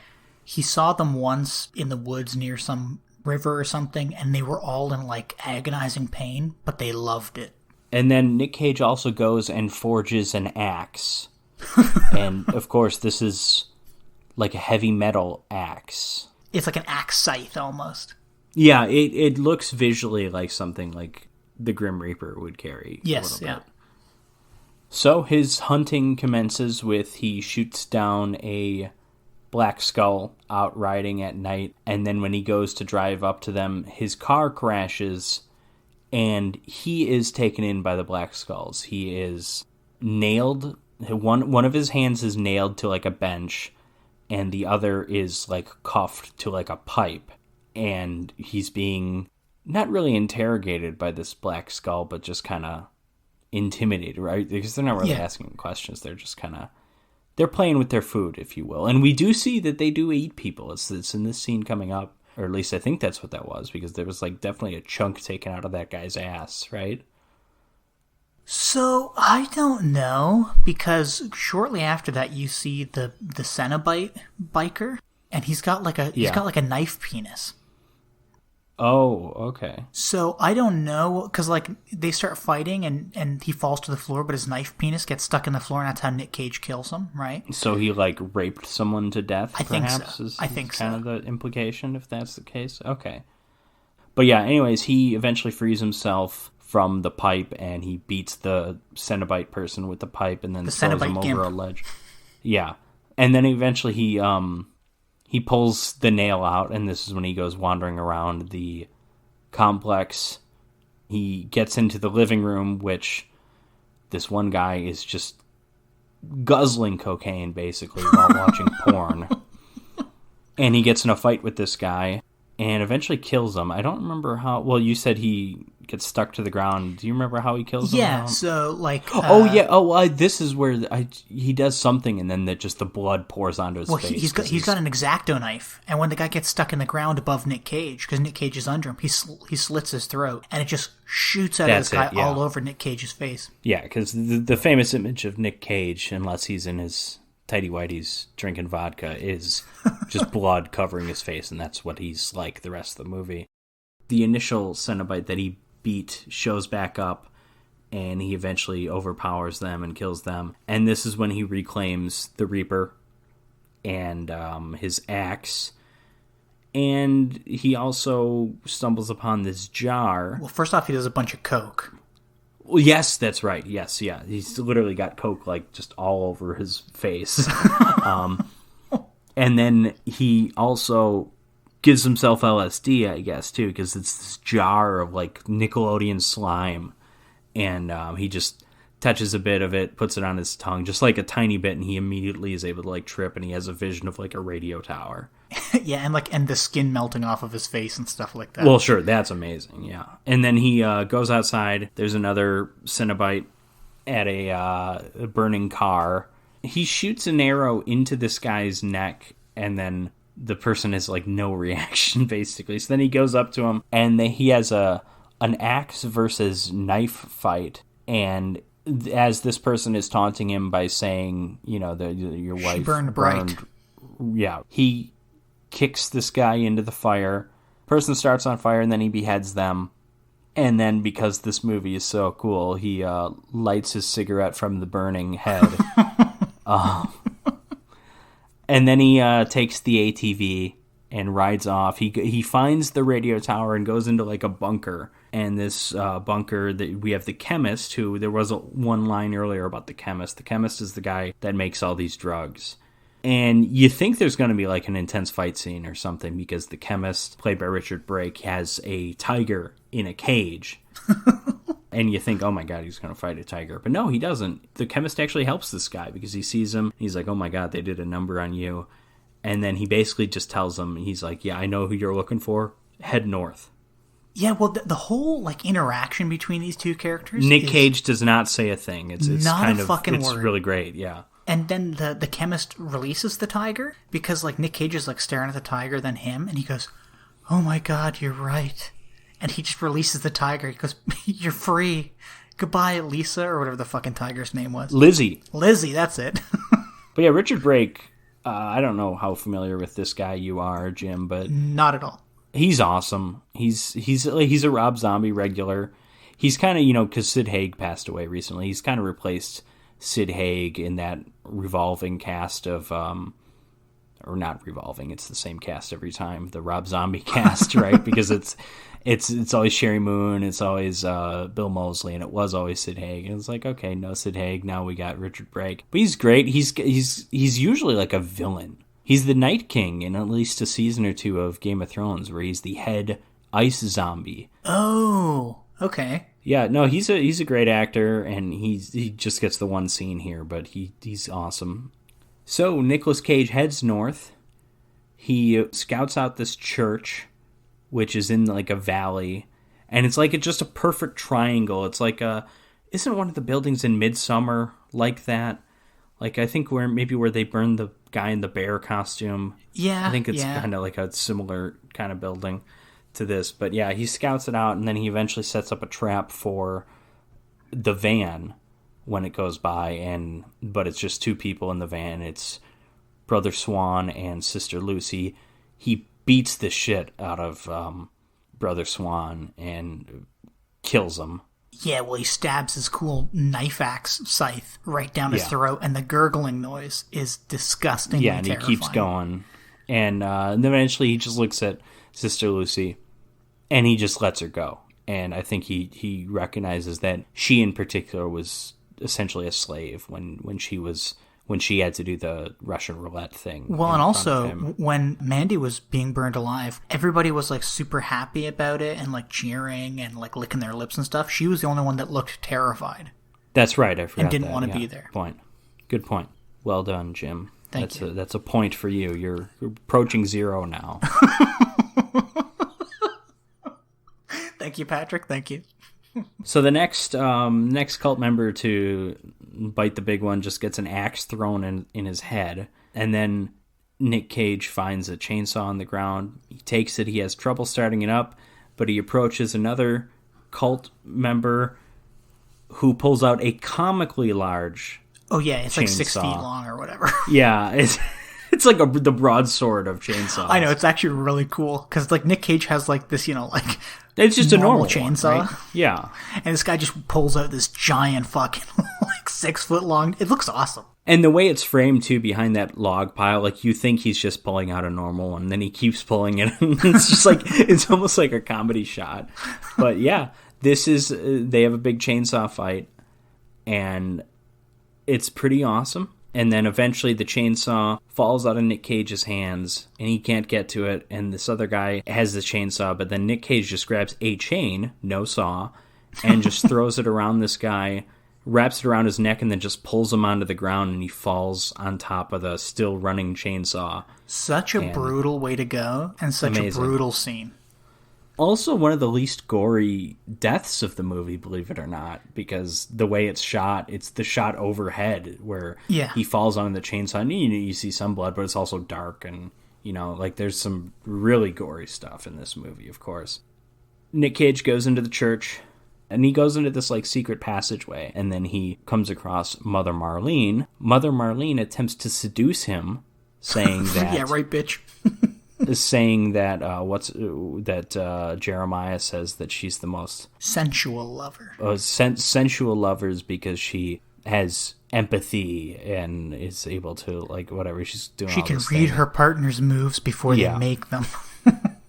And then the next we see of her, it's just her head being thrown to Jeremiah. Jeremiah is in this, like, rotunda area, this, like, underground rotunda, and he just throws the head at him, and then he steps in, and Jeremiah at first isn't really begging for his life, but I mean, he kind of is, but he's doing it in a way where he's like, don't you see that, all of what you've done, this has led you to me, this has led you to me, I am your source of salvation, I can do whatever. And it's like, okay, this is kind of, if you're a weirdo religious cult leader, like, sure, that's how you're going to look at this situation when you can. But then eventually he recognizes that Nick Cage isn't saying anything to him and it's not working. And then he's eventually like, please, I will suck your dick. Like, I will do anything. And Nick Cage takes his head in his hands and just squeezes it to the point where that eyeballs pop out, or at least one does, a little Friday the 13th Part 3 homage. Oh, it's awesome. It's awesome. And then he burns that body. And as he's leaving, we also see that the entire church sets on fire. And he gets into a car and he drives off, and while he drives off he has, like, flashbacks to, this is probably his first time meeting Mandy. He just, they lock eyes across, like, some kind of party or something. Yeah, like a bar. Exactly. And then as he's driving off, he imagines her in the passenger seat, and he looks at her and he smiles, and it's the most, like, crazy person smile it's you've totally ever deranged. seen. Yeah, and again, he's just covered in blood. It's amazing. And then he just continues driving off, and that is the end of Mandy. Jim, your first time watching it, what did you think of it? I loved this movie. I have never seen anything like it, and I don't know if I ever will see something else like it. I can't even begin to describe just how cool this movie is. I felt like I was on a journey. Yeah. In this movie. Then when it ended, it was like, whew, wow, I did that journey. I made it, you know? Just the use of color. Everything was just so cool to look at, all the colors and sounds. The score, though, it was really neat.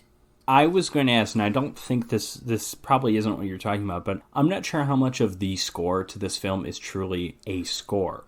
Because I know the opening song that they use, it comes up in the opening credits song by King Crimson or whatever. It's like, oh, that's a weird thing to see in the credits.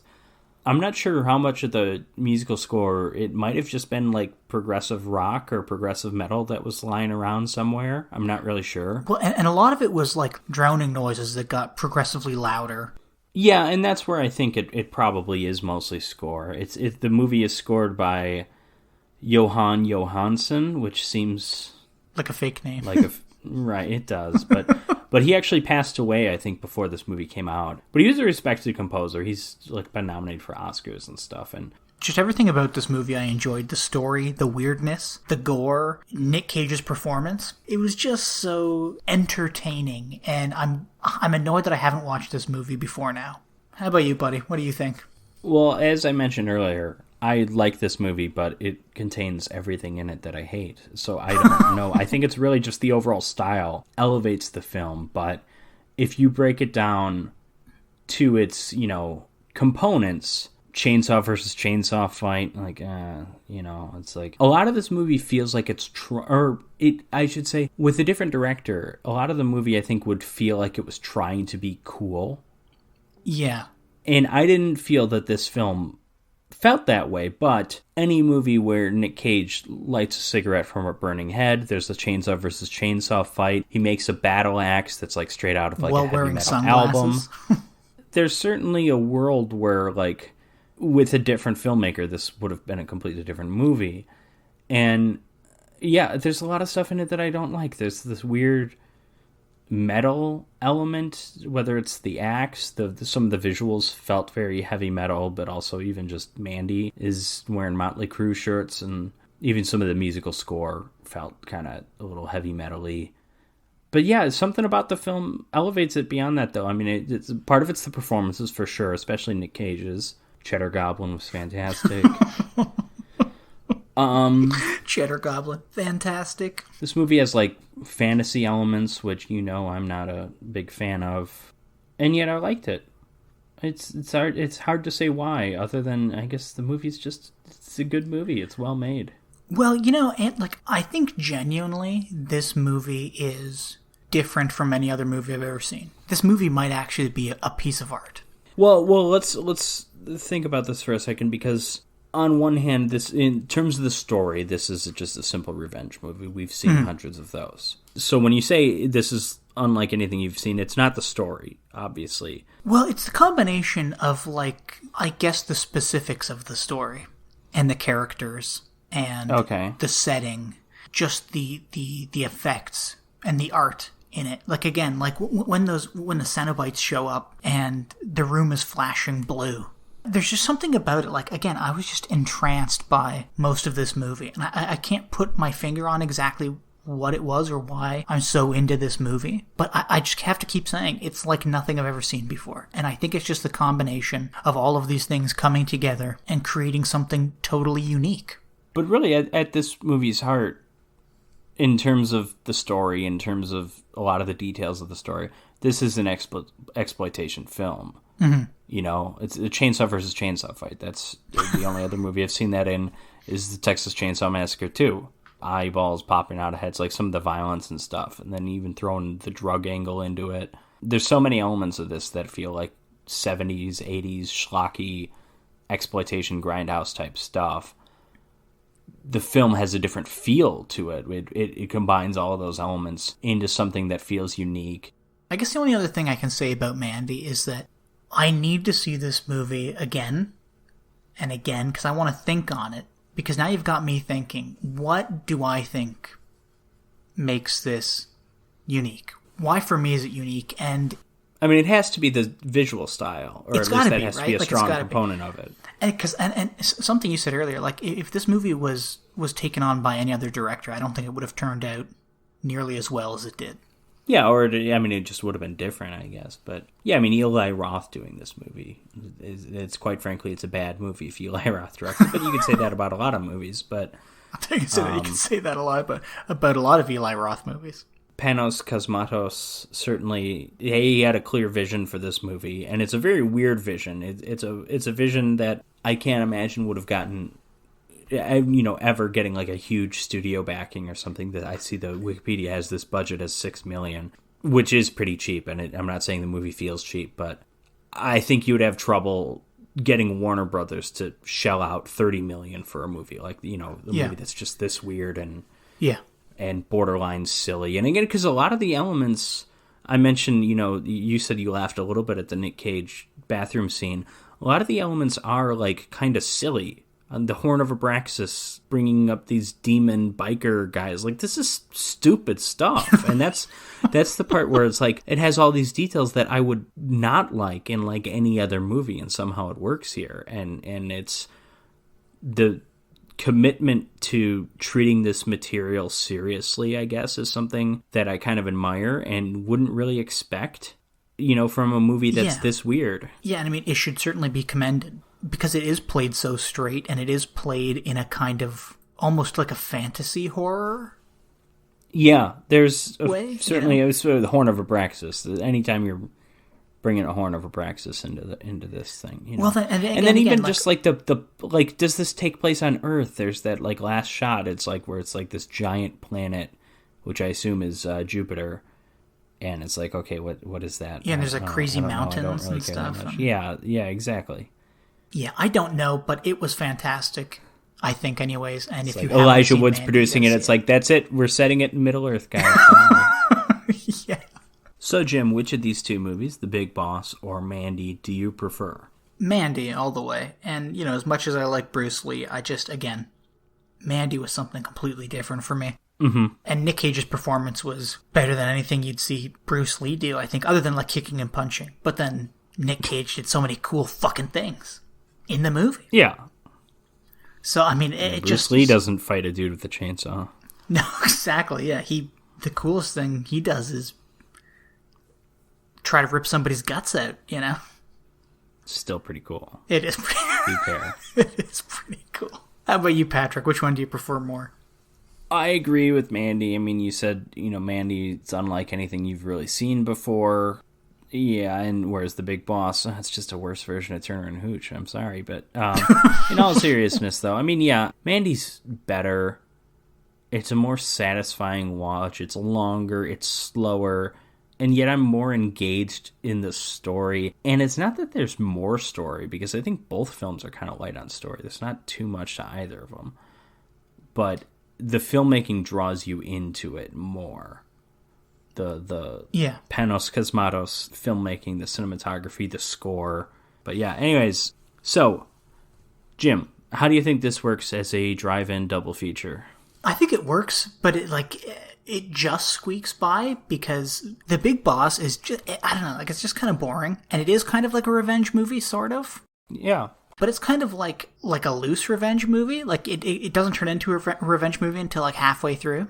And that is how, I mean, Mandy's kind of like that too, but Mandy is full revenge. Mandy is like, that is what it is more than it's an action or a horror movie or a fantasy movie, whatever else you want to call it. It's a revenge movie. Yeah. But you have normal, kind of straightforward revenge movie with Bruce Lee, and then you have crazy fucking bizarre, way out of left field revenge movie with Nick Cage. And the Bruce Lee's a great setup for Nick Cage. But again, it almost doesn't work for me because The Big Boss is kind of so slow and normal. It's interesting you say that because I would say Mandy's slower. Yeah, I think Mandy is slower, but I think all the crazy stuff going on in Mandy keeps you interested longer than your interest in The Big Boss.